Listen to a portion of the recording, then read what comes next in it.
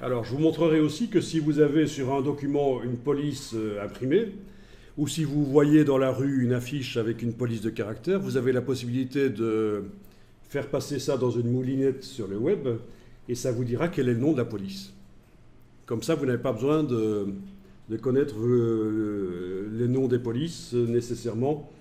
Vous allez pouvoir photographier la police et faire agir un site qui automatiquement va vous dire quel est le nom de la police et au passage va vous proposer de l'acheter. C'est le but en fait. Mais en fait, une fois que vous avez le nom, vous pouvez essayer de la trouver gratos.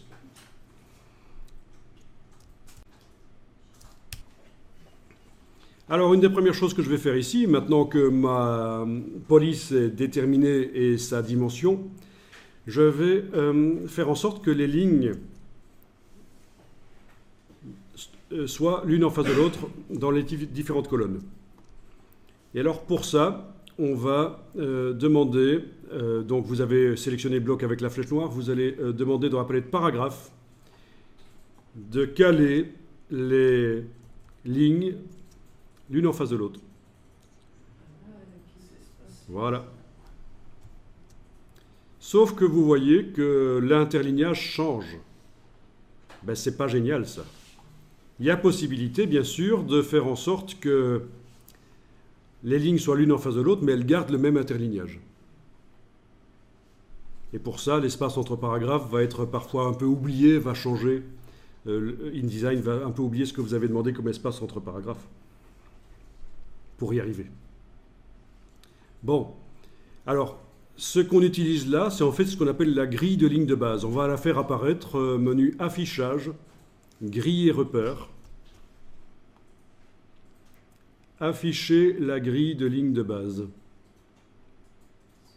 Voilà. Alors, si vous zoomez en arrière, vous la voyez, elle est là. Affichage, grille et repères, afficher la grille de ligne de base. Bon, il se trouve qu'elle est réglée pour apparaître derrière les blocs colorés. Je vais aller régler les préférences pour qu'elle apparaisse devant. Dans les préférences gris,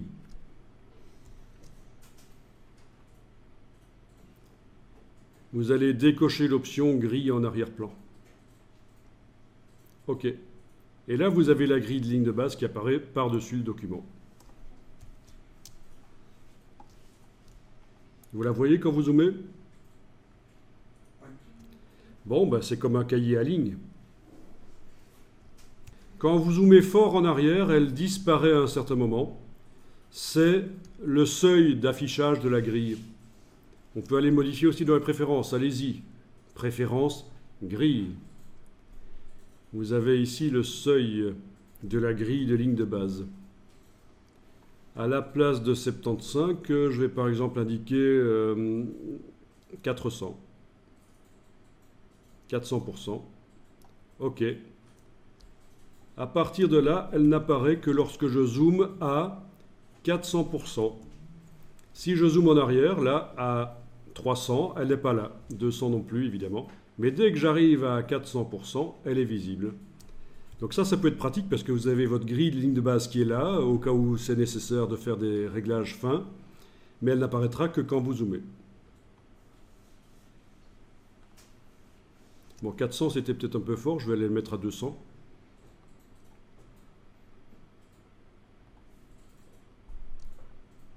Et voilà. Donc à 150% on ne la voit pas, à 200 on la voit. Bien, vous avez toujours votre bloc qui est sélectionné avec la flèche noire. Oui, avec la palette paragraphe, vous avez la fonction ici. Et vous voyez ce qui se passe. Les lignes sont bien l'une en face de l'autre, d'une colonne à l'autre, mais ça saute une ligne sur deux. Pourquoi? Mais parce que la grille de ligne de base a un espacement entre les lignes qui est inférieur à l'interlignage qui est réglé sur le texte. Donc vous avez un interlignage de texte qui est à 16,8. D'accord? Ouais. Et c'est plus grand que l'espacement entre deux lignes de la grille. C'est pour ça que quand je demande d'aligner sur la grille de ligne de base, ça saute une ligne sur deux pour que ça puisse se faire. C'est évidemment foireux. Et ce qu'il faut faire, c'est synchroniser l'espacement des lignes de la grille avec l'interlignage du texte qu'on rencontre le plus souvent dans notre document. Ben, ça va être celui-là. Alors 16,8, ben, je vais aller régler sur 16,8. Okay. Donc là, j'enclenche déjà, je peux déjà enclencher, vous voyez que ça foire. Mais je vais aller régler l'interlignage, l'espace entre les lignes à 16,8 points également. Et ça devrait marcher. On y va dans les préférences. Préférences grille. On est à 12, non, on est à 12. Attention, ceci c'est autre chose, hein, c'est le début de la grille. On est à un pas de 12 points. Et il nous faut 16,8. Bon, ben, tapez 16,8. OK. Et voilà. Vous avez le texte qui n'a pas changé d'aspect. Il est toujours un interlignage 16,8. Mais cette fois-ci, d'une colonne à l'autre, les lignes sont l'une en face de l'autre. Et pour arriver à faire ça, bien sûr, InDesign a dû passer un peu outre du réglage entre paragraphes que vous aviez réglé. C'est là-dessus qu'il joue, en fait. D'ailleurs, si j'essaye maintenant de régler l'espace entre paragraphes, ça va réagir un peu bizarrement. Voilà. J'augmente l'espace entre les paragraphes. Rien ne change. J'augmente encore. 4, 5, 6. Ah, ça change là. Je diminue. 5, 4, 3, 2, 1, 0. OK.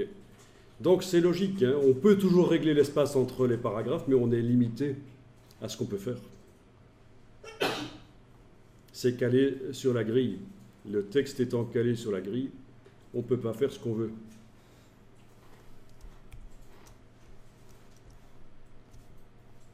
Enregistrer le document.